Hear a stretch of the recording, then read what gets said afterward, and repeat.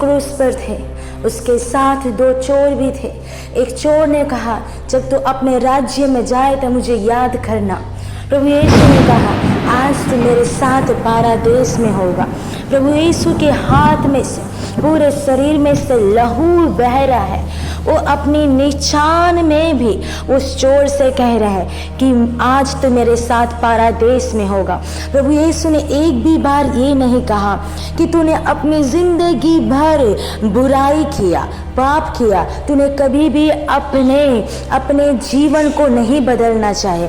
अभी मरने के समय में तू स्वर्ग जाना चाहता है, मरने के समय में तू मुझे याद कर रहा है, नहीं मैं तुझे माफ नहीं करूँगा। नहीं, प्रभु यीशु ने ऐसा नहीं कहा, लेकिन प्रभु यीशु ने दया दिखाया, प्रभु यीशु ने प्रेम को दिखाया। एक क्रूस पे हमें सबसे उत्तम, सबसे मूल्यवान, सबसे महान प्रेम को हमें देखने को मिलता है। प्रभु यीशु ने अपनी निशान में भी, अपनी शून्यता में भी उस चोर के ऊपर दया दिखाया, प्रेम दिखाया, उसे स्वर्गीय आशीषें दी।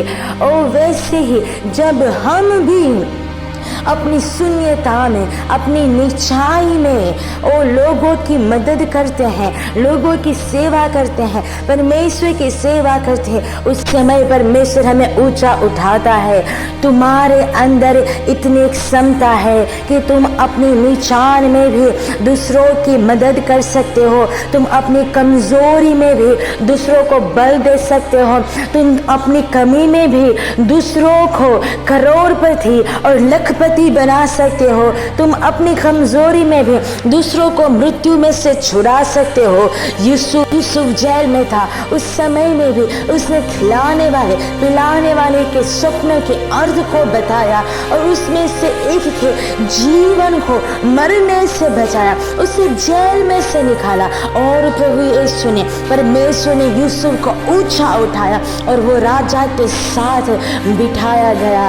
और तुम्हारे अंदर इतनी क्षमता है कि तुम दूसरों को बचाओ, क्योंकि तुम्हारे अंदर परमेश्वर का प्रेम डाला गया है। और जब तुम परमेश्वर से प्रेम करते हो, परमेश्वर तुम्हें ऊंचा उठाता है।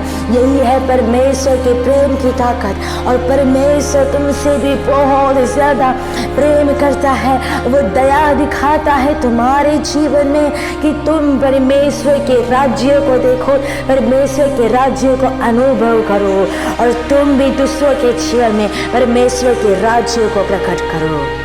आमीन।